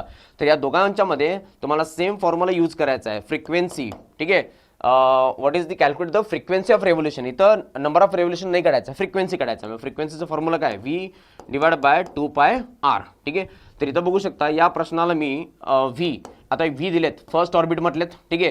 रेडियस 0.53 आणि वेलॉसिटी 2200 किलोमीटर पर सेकंड. ठीक आहे. म्हणजेच काय होणार आहे 2200 आणि किलोमीटर म्हणजेच काय 1000. मग मीटर पर सेकंड आलं. 2 multiply by 3.14 multiply by radius is 0.53 into 10 to the power of -10. हे सॉल्व करा. Nearly 6.60 into 10 to the power of 15 hertz येत आहे. ठीक आहे. हां, आता सेकंडला पण ऑलमोस्ट सेम आहे. सेकंडला पण काय आहे, ऑलमोस्ट सेम आहे. ठीक आहे. तर सेकंडला पण फ्रिक्वेन्सी विचारलेत. ठीक आहे. So frequency is nothing but v divide by 2πr. So what is the velocity. Velocity is 1.09 into 10 to the power of 6 metre. हे 106 नाही आहे, 10 to the power of 6 आहे. And divided bye 2.14 into 10 to the power of -10. आणि हे जेव्हा solve करता तेव्हा त्याचा आन्सर येणार 8.1 nearly 06 into 10 to the power of 14 hertz. ठीक आहे.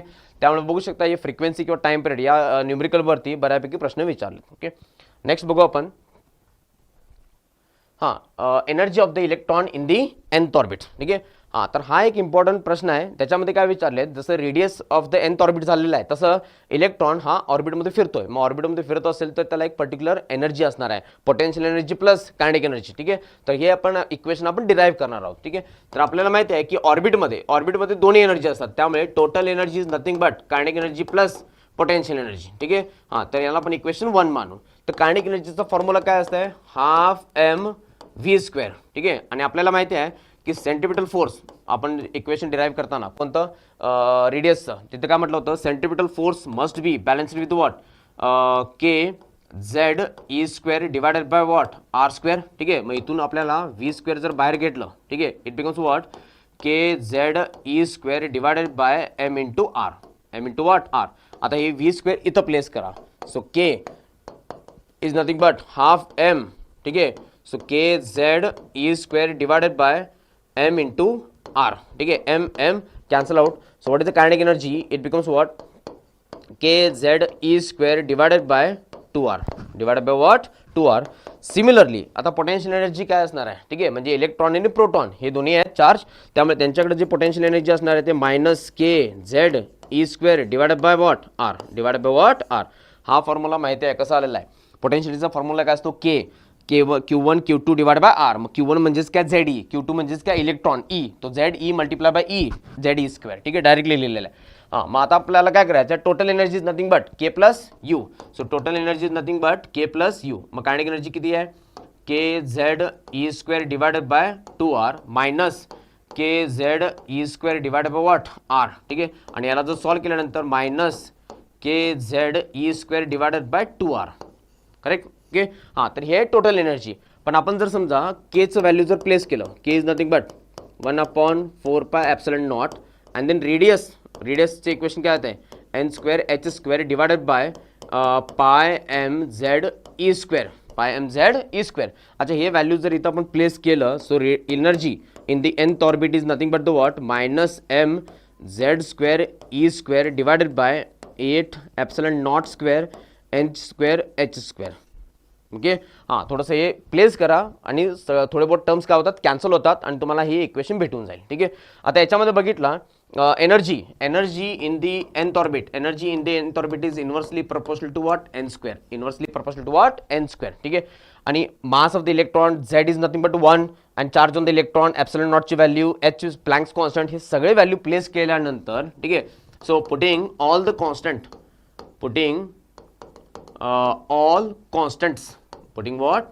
all constants, so you will get energy in the any nth orbit is nothing but -13.6 electron volt. ठीक आहे. Divided by n². Divided by what n². ठीक आहे. हां, मग समजा कोणत्या पण ऑर्बिटमध्ये जर एनर्जी काढायचं असेल तर 1 इथं 1 प्लेस करायचा फर्स्ट ऑर्बिट, सेकंड 2चा स्क्वेअर, थर्ड 3चा स्क्वेअर. ठीक आहे. जसं आपण रेडियसला 0.53 कॉमन आहे तशा प्रकारे एनर्जीमध्ये -13.6 हे काय कॉमन आहे. ठीक आहे. त्यामुळे हे पण डेरिव्हेशन लक्षात घ्या आणि हे इक्वेशन पण, फायनल इक्वेशन पण लक्षात घ्या. कधी कधी हे डायरेक्टली इक्वेशन लिहा म्हणतात. ठीक आहे. हां, तर याच्यावरती पण प्रश्न विचारला होता, obtain the expression for the total energy of the electron in the nth orbit 2018 आणि 2014 मध्ये विचारला होता. अँड प्लस या फॉर्म्युलेवरती न्यूमरिकल्स पण आहेत. ठीक आहे. हां, तर नेक्स्ट आपण बघू. So next concept is what, ionisation energy and excitation energy. ठीक आहे. हां, तर याच्यावरती एक न्यूमेरिकल विचारला होता 2021 मध्ये. ठीक आहे.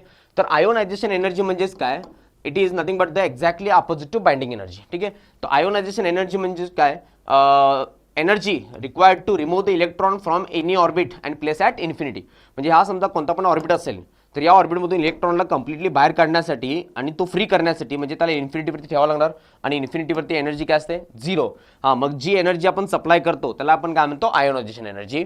आणि इथं काय आहे, एक्सायटेशन एनर्जी. एक्साइट म्हणजे काय, इलेक्ट्रॉनला ॲटममधून कंप्लीट बाहेर नाही काढायचं आहे, फक्त त्याला काय करायचं आहे, एक ऑर्बिटमधून दुसऱ्या ऑर्बिटमध्ये प्लेस करण्यासाठी जी एनर्जीची गरज आहे त्याला आपण काय म्हणतो, एक्सायटेशन एनर्जी. ठीक आहे. हां, मग इथं ionisation energy is nothing but the what, energy at infinity minus energy in the particular orbit. ठीक आहे. त्यामुळे energy in that orbit is minus nothing but energy in that orbit. ठीक आहे. हां, म्हणजे समजा फर्स्ट ऑर्बिटमध्ये एनर्जी किती आहे, -13.6 इलेक्ट्रॉन वोल्ट. मग फर्स्ट ऑर्बिटमधून इलेक्ट्रॉन जर बाहेर काढायचं असेल तर -13.6 इलेक्ट्रॉन वोल्ट मायनस काय होत आहे, प्लस. ठीक आहे. त्यामुळे ज्या ऑर्बिटमध्ये इलेक्ट्रॉन आहे त्या ऑर्बिटमधून काढायचं असेल तर तितकीच प्लस एनर्जी द्यावी लागते, तितकीच काय द्यावी लागते, प्लस एनर्जी द्यावी लागते. ठीक आहे. हां, म्हणजे इथं बघू शकता तुम्ही, हे जर एनर्जी ऑफ द इलेक्ट्रॉन असेल तर बाइंडिंग एनर्जी म्हणून येते. ठीक आहे. So binding energy of electron. तर बाइंडिंग एनर्जी म्हणजेच काय असणार आहे, इतके एनर्जी लागणार त्या इलेक्ट्रॉनला तिथून बाहेर काढण्यासाठी. ठीक आहे. म्हणजे या एनर्जीने तो बांधलेला आहे. ठीक आहे. मग इतकीच एनर्जी त्याला काय करणार आहे, आपण देणार आहे. त्यामुळे बाइंडिंग एनर्जी काय असणार आहे, तर प्लस व्हॅल्यू असणार आहे. काय असणार आहे, प्लस व्हॅल्यू असणार आहे. ठीक आहे. ते एवढेच लक्षात घ्या. Next, so this is excitation energy, ionisation energy. इथं एक्सायटेशन एनर्जी काय असणार आहे, excitation energy is nothing but the what, सरळ दोन एनर्जी मधला डिफरन्स. काय करायचा, दोन एनर्जी मधला डिफरन्स. समजा या ऑर्बिटमध्ये -13.6 इलेक्ट्रॉन वोल्ट असेल आणि इथं -3.4 इलेक्ट्रॉन वोल्ट असते. फर्स्ट ऑर्बिटमध्ये इतकं, सेकंड ऑर्बिटमध्ये इतकी. मग इथून इलेक्ट्रॉन इथं पोहोचण्यासाठी किती एनर्जी द्यावी लागणार आहे, सो -3.4 -13.6. हे जेव्हा आपण मायनस करतो तेव्हा आन्सर येते 10.4 इलेक्ट्रॉन वोल्ट येते, 10.2 इलेक्ट्रॉन वोल्ट. ठीक आहे. हां, तर एक्सायटेशन एनर्जी आणि आयोनायझेशन एनर्जी त्याचे आपण न्यूमरिकल्स बघू थोडे बहुत. हां, तर इथं लिहिलेलं आहे, energy of the electron in the second bore orbit, in the what, second Bohr orbit is -3.4 electron volt. Calculate the energy of the electron in the, actually first नाही आहे, थर्ड आहे, एक आहे थर्ड आहे. ठीक आहे. मग आपल्याला माहिती आहे की 16 नंबरचं जे न्यूमरिकल आहे ते जर आन्सर करायचं असेल, energy in the nth orbit is nothing but -13.6 electron volt divided by what, n². Done. Okay. हां, मग त्याने म्हटले सेकंड ऑर्बिटमध्ये जर इतकी एनर्जी असेल, थर्ड ऑर्बिटमध्ये किती असणार आहे. ठीक आहे. हां, so energy in the third orbit is nothing but -13.6 electron volt divided by 3 the whole square. When you solve this you will get definitely -1.51 electron volt. ठीक आहे. हां, तर अशा प्रकारेच अजून एक विचारले, calculate the minimum amount of energy required to an electron to jump from the what, ground state to the first excited state. ठीक आहे. जर समजा हा जर ग्राउंड स्टेट असेल, ग्राउंड स्टेट म्हणजेच काय असते, n1 is equal to what, n is equal to what 1, आणि इथं एनर्जी किती असते, -13.6 इलेक्ट्रॉन वोल्ट. आणि हे जे फर्स्ट एक्साइटेड स्टेट आहे म्हणजे काय असणार आहे, n2. काय असणार आहे, n2 म्हणजे इथे काय असणार आहे, 2. ठीक आहे. हां, इथं एनर्जी किती असते, -3.4 इलेक्ट्रॉन वोल्ट असते. ठीक आहे. कारण का या इक्वेशनमध्ये जेव्हा आपण 1 प्लेस करतो -13.6. ठीक आहे. सेकंड ऑर्बिटमध्ये म्हणजे 2चा स्क्वेअर 13.6 डिवाइड बाय 4 केलं की -3.4. हां, मग इथून एखादा इलेक्ट्रॉन इथं जम्प करायचं असेल तर किती एनर्जी लागणार आहे, so energy is nothing but the what, E2 minus even म्हणजे सरळ दिस मायनस दिस करायचं आहे. सो याचं जे आन्सर आहे that is nothing but -3.4 minus of minus plus 13.6. So energy required to shift the electron from ground state to first excited state is 10.2 electron volt. How much? 10.2 electron volt. ठीक आहे. त्यामुळे हे numericals लक्षात घ्या, simple फॉर्म्युल्यावरती विचारलेत. Okay. त्याच्यानंतर इथं पण दिलेत, determine the energy in the first to excited state. अच्छा, फर्स्ट टू एक्साइटेड स्टेट म्हणजेच काय, समजा हे ग्राउंड स्टेट आहे. ठीक आहे. ग्राउंड स्टेटमध्ये n इज इक्वल टू 1 असते आणि तिथे एनर्जी किती असते, -13.6 इलेक्ट्रॉन वोल्ट असते. हां, this is the first excited state. मग फर्स्ट एक्साइटेड स्टेटमध्ये n is equal to what, 2 असते and then this is second excited state. This is excited state and n is equal to what 3 असते.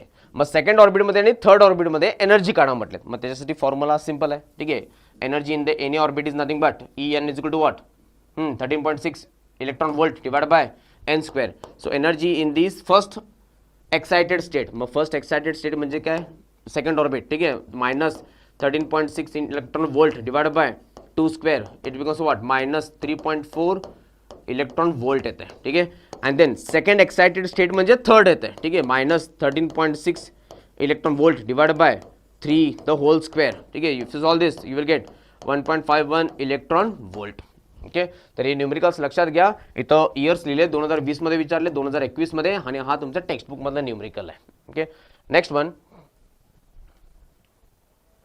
हां, तर next आपण बघू की जसं बोर्सने, ठीक आहे, तर बोर्सने काय केला होता, ऑलमोस्ट रेडियस, एनर्जी या सगळ्यांचं इक्वेशन काय केलेलं आहे, ते डिराईव्ह केलेले आहेत. म्हणजे ऑलमोस्ट तो ॲटॉमिक स्ट्रक्चर कसं आहे हे सगळं एक्सप्लेन करते.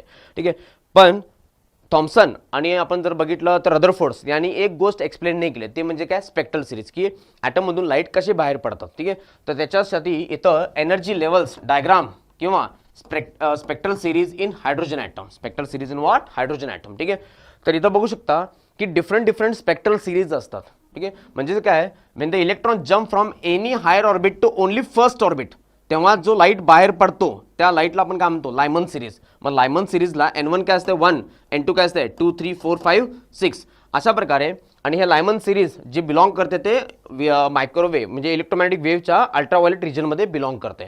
तर याच्यामध्ये प्रश्न काय येऊ शकतात की हा एनर्जी लेवल डायग्राम काढा म्हणतात 2 मार्क्सला, डिफरंट स्पेक्ट्रल सिरीज दाखवा म्हणतात 2 मार्क्सला. ठीक आहे, हे ग्राउंड स्टेट झालं, हे सगळं काय आहेत, एक्साइटेड स्टेट्स आहेत. ठीक आहे, त्यामुळे या डायग्रामचं थोडंसं प्रॅक्टिस प्रॉपरली करा. फर्स्ट ऑर्बिटमध्ये कोणत्या पण ऑर्बिटपासून फर्स्ट ऑर्बिटमध्ये, कोणत्या पण ऑर्बिटमधून सेकंड ऑर्बिटमध्ये Balmer series, any orbit to third orbit Paschen series, any orbit to this orbit Brackett series, any orbit to this orbit that means this one fifth one Pfund series. ठीक आहे, हां, पण लक्षात घ्या याच्यामध्ये प्रश्न एक विचारले होते की लायमन सिरीज किंवा अल्ट्राव्हायोलेट लायमन सिरीज कोणत्या रिजनमध्ये बिलॉंग करतो, अल्ट्राव्हायोलेट. ठीक आहे, बाल्मर सिरीज कोणत्या रिजनमध्ये बिलॉंग करतो, विजिबल सिरीज किंवा विजिबल लाईट. हां, कारण की MCQ मध्ये येऊ शकते. ठीक आहे, अँड देन पाशन सिरीज कोणत्या रिजनमध्ये बिलॉंग करतो, इन्फ्रारेड. हे बाकी सगळे इन्फ्रारेडच आहेत, हे पण इन्फ्रारेड आणि हे पण काय आहे, इन्फ्रारेड होतं. ठीक आहे, त्यामुळे डिफरंट लेवल ट्रान्झिशन्स आहेत आणि कोणत्या ट्रान्झिशनमध्ये कोणतं सिरीज भेटते ते हे त्यांची नाव आहेत. ठीक आहे, त्याला आपण टेबलमध्ये थोडंसं डिस्कस करू. तर इथं बघू शकता tabular column for the what, spectral series. तर फर्स्ट जी सिरीज आहे Lyman series, Balmer series, Paschen series, Brackett series, Pfund series. मग लायमनसाठी N1 1 असते, तशा प्रकारे टेबल करून काय करायचं आहे, हां, हे 1 असेल, मग सेकंड कोणता ऑर्बिट असणार आहे 2, 3, 4, 5, 6 इन्फिनिटी. ठीक आहे, आणि Lyman series belongs to what, ultraviolet. तशाच प्रकारे बाल्मर सिरीज 2, तर N2 काय असणार आहे 3 मधून येऊ शकतोय, 4 मधून पण येऊ शकतोय, फिफ्थ ऑर्बिटमध्ये पण येऊ शकतोय, पण येणार कुठं, सेकंड ऑर्बिटमध्ये. Paschen series N1 is equal to what 3 and then 4, 5, 6 up to infinity. Brackett series 4 N1, 5, 6, 7 is N2. ठीक आहे, आणि पिफंड सिरीजमध्ये 5 N1 आणि सेकंड ऑर्बिट काय असणार आहे, मे बी 6 असू शकते, 7, 8 मे बी एनी ऑर्बिट. ठीक आहे, हां, this all belongs to infrared, this belongs to ultraviolet, आणि Balmer series belongs to what, visible. Balmer series belongs to what, visible. आणि प्रत्येक ह्याच्यामध्ये सिरीजमध्ये एक शॉर्ट वेवलेंथ असते आणि एक लॉंग वेवलेंथ असते. तर शॉर्ट वेवलेंथसाठी N1 ची व्हॅल्यू 1 आणि N2 ची व्हॅल्यू इन्फिनिटी.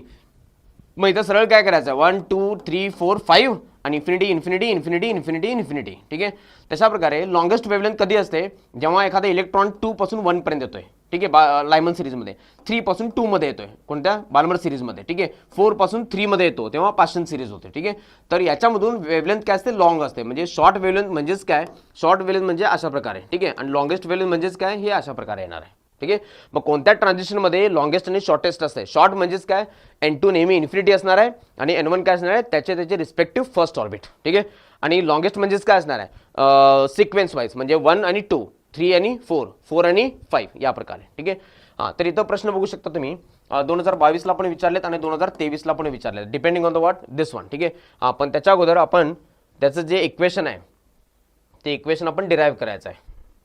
हां, तर इथं बघू शकता सगळ्यात पहिला आपण काय करणार की using the expression for the energy in the electron obtain the Bohr's formula for the hydrogen spectral lines. ठीक आहे, तर एनर्जीचं इक्वेशन घेऊन, आणि आपल्याला माहिती आहे की एनर्जीचं इक्वेशन काय आहे, energy in the nth orbit is nothing but the what minus mz² e to the power of 4 divided by 8 epsilon not square n square आणि हे h स्क्वेअर होणार आहे. ठीक आहे, हां, तर हे इक्वेशन घेऊन आपल्याला एनर्जी स्पेक्ट्रलचं जे वेव्हलेंथचं इक्वेशन आहे ते फाइंड आउट करायचं आहे. तर थर्ड पॉस्युलेट्समध्ये काय सांगितलेत की जेव्हा electron higher orbit to lower orbit येतो तेव्हा इलेक्ट्रॉन लाईट इमिट करतो आणि त्या लाईटची एनर्जी काय असते, एच न्यू असते, आणि ती एनर्जी या दोन एनर्जी लेवलमध्ये काय असते, डिफरन्स असते. ठीक आहे, त्यामुळे या इक्वेशन आपण हे करू शकतो की E is nothing but the what energy in the second orbit minus energy in the what first orbit. ठीक आहे, हां, मग h is equal to what h nu करू शकतो किंवा एच सी बाय लॅम्डा पण करू शकतो. ड्युअल नेचर ऑफ रेडिएशनमध्ये हे झालेलं आहे तुम्हाला.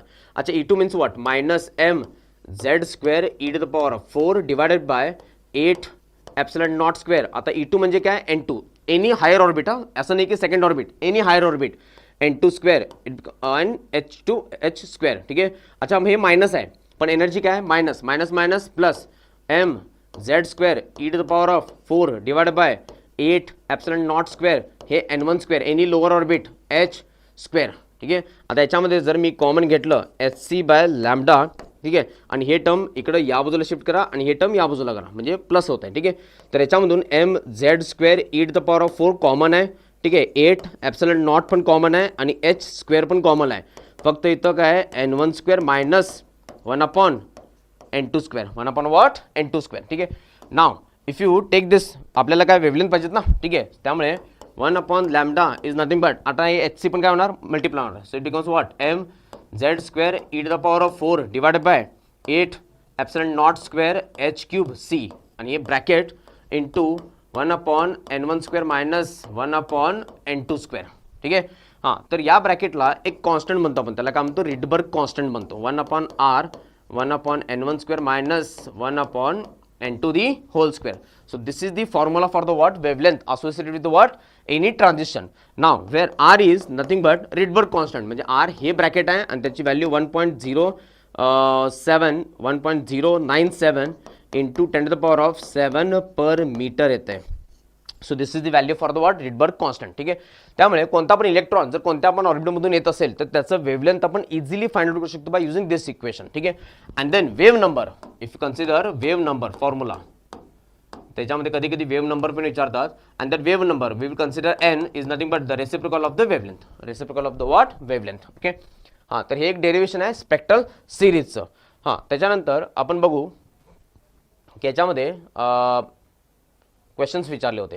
जर मागे इथं बघितला, हां, calculate the ratio of longest wavelength and the Lyman series and the Balmer series. ठीक आहे, मग आपल्याला माहिती आहे की लॉंगेस्ट आणि शॉर्टेस्ट वेव्हलेंथ, ठीक आहे, त्यांच्यासाठी n1 आणि n2 काय, तर इथं विचारलेत longest wavelength, longest ratio of the longest wavelength in Lyman and the Balmer series and the what Balmer series. ठीक आहे, हां, so we will consider the Balmer series first, Balmer और you can say Lyman series first. So Lyman series, अच्छा, Lyman सिरीजमध्ये longest विचारलेत, मग लॉंगेस्टसाठी Lyman सिरीजला काय होतं आहे, n1 इज 1 n2 इज 2. हां, म्हणजेच काय, in Lyman series is equal to what, so 1 upon lambda L I is equal to what R 1 upon n1 square minus 1 upon n2 the whole square. So 1 upon lambda L is equal to what R, हां, 1 upon, आता लॉंगेस्टमध्ये लायमनसाठी 1 काय, n1 is 1, n1 is what 1 आणि n2 is what 2, 2चा square काय होतं आहे 4 होतं आहे. ठीक आहे, त्यामुळे 1 upon lambda L is nothing but R into this is, अच्छा, हे 4 इकडे जाणार, 4 मायनस 1 म्हणजे काय होणार आहे 3/4. So lambda L is equal to what, म्हणजे हे थोडंसं रिव्हर्स करा, म्हणजे काय होणार आहे 4/3r, 4/3r. So this is the Lyman series. ठीक आहे, मग तशा प्रकारे आपण काय करतो आता बाल्मर सिरीजसाठी, व्हॉट बाल्मर सिरीज. ठीक आहे, हां, so for Balmer series same 1 upon lambda for B, म्हणजे लायमन असेल तर एल घेतो आणि बाल्मरसाठी बी घेऊ आपण. ठीक आहे, is equal to what R 1 upon, आता बाल्मर सिरीजसाठी n1 काय 2 आहे. ठीक आहे, त्यामुळे 2 स्क्वेअर मायनस 1 अपॉन 3 स्क्वेअर. ठीक आहे. हां, so 1 upon lambda B is equal to what R into 1 upon 4 minus 1 upon 9. Okay. हां, so 1 upon lambda B is equal to what R into, अच्छा हे इकडे जाणार. ठीक आहे, हे इकडे जाणार 9 मायनस 5 म्हणजे किती होणार 5/36. Lambda B is nothing but 36 divide by 5r divide by 5r. हां, मग त्यांनी काय विचारले, त्यांचा रेशो विचारलेत व्हॉट लायमन टू बाल्मर. ठीक आहे. हां, म्हणजे इथं लायमनचं काय आलंय, so longest wavelength in the Lyman divide by longest wavelength in the Balmer is nothing but is equal to what 3/4r 4/3r and whole divided by 5r, or you can say 36, sorry 3r, so it becomes what 36/5r. अच्छा r cancel out, so lambda l divided by lambda b is nothing but 4/3 multiply by 5/36. ठीक आहे. हां, तर हे किती होणार cancel 9. So lambda L divided by lambda B is equal to what, so you will get 5 and this is 27. So you will get 5/27. So this is the ratio. Okay. हां, तर calculation वगैरे प्रॉपर बघा. And similarly इथं पण विचारलेत, calculate the shortest wavelength in the Paschen series and the longest wavelength in the Balmer series.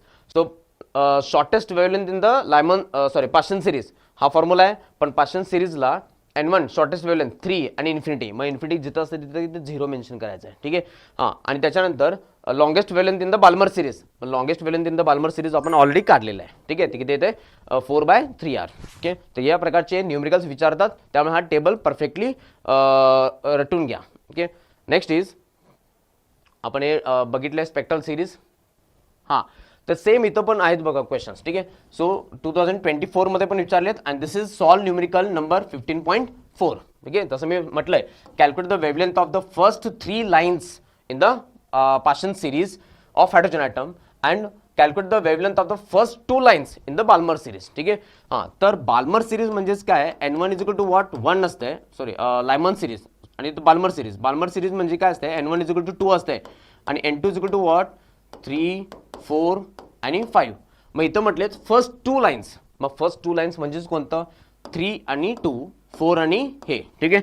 त्यामुळे wavelength 1/λ1 आपण first line मानू. ठीक आहे. r 1/n1, मग n1 काय येतं 2 स्क्वेअर मायनस n2 काय 3 square. So it equals to what 1/λ1 is equal to what r into if you consider the bracket 1/4 minus 1/9, so 1/λ1 is equal to what r, so it becomes what 36 5/36. so λ1 is equal to what 36 divided by 5r. Then हां, इथं r ची value place करा, 36 divide by ते multiply करून solve करा आणि answer करा. ठीक आहे.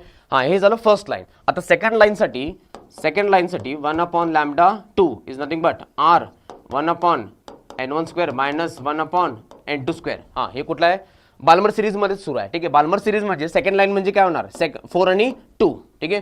हां, 1/λ2 is equal to what r 1/2 square 1/4 square. ठीक आहे. So 1/λ2 is equal to what r हे 1/4 minus 1/16. So 1/λ2 is equal to what हे 64 होणार. ठीक आहे. आणि 16 आणि हे इकडं 4, that means 12r. Correct. Okay. हां, तर याला आपण सॉल्व केला तर तुम्हाला λ2 मिळणार 64 divided by 12r. 64 divided by what 12r. So this is the answer. Okay. हां, तिथं r ची व्हॅल्यू प्लेस करा and get the proper equation और proper value in terms of what nanometer, in terms of what nanometer. ठीक आहे.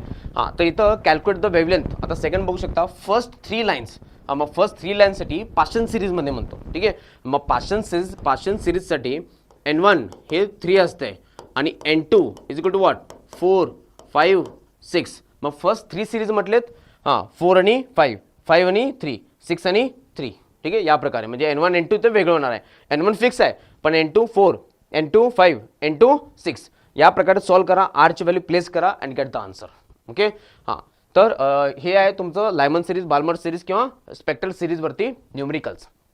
हां, तर त्याच्यानंतर बघू शकता एक इम्पॉर्टंट कन्सेप्ट काय आहे, limitations of Bohr's atomic model, म्हणजे 2021ला हा प्रश्न विचारला होता, what are the limitations of Bohr's atomic model. जसं limitations or failures of the what Rutherford's model आहेत, थॉम्सन मॉडेल्स आहेत, तशा प्रकारे लिमिटेशन्स ऑफ द व्हॉट बोर्स ॲटॉमिक मॉडेल.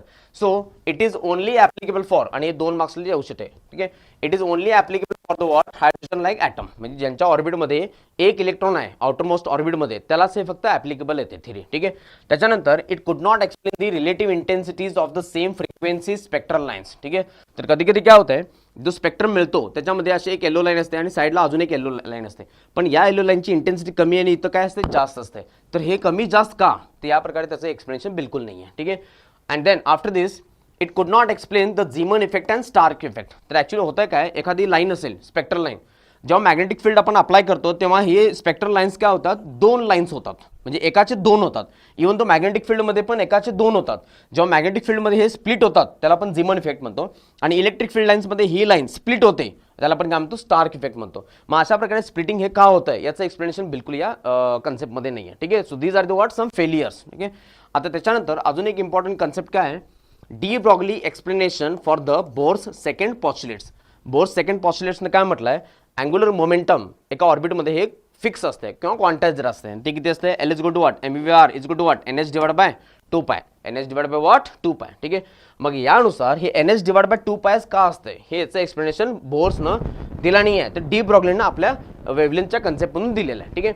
तर इथं बघू शकता एखादा ऑर्बिट असेल आणि आपल्याला माहिती आहे की डी ब्रॉग्लीने काय म्हटलंय, इलेक्ट्रॉन भली पार्टिकल असेल, ठीक आहे, त्याला जर वेलॉसिटी असेल तर तो स्मूथ सर्क्युलर पाथमध्ये जात नाही, तर तो अशा प्रकारे वेव्ह नेचर घेतो, ठीक आहे. मग इथं बघू शकता तुम्ही, इथं इलेक्ट्रॉन जर वेव्ह नेचरमध्ये जात असेल तर 1 वेव्ह 2 वेव्ह 3 वेव्ह अशा कंप्लीट या सर्कलमध्ये या ऑर्बिटमध्ये किती वेव्स फिक्स झालेत, 7 वेव्स 7 वेव्हलेंथ फिक्स झालेत.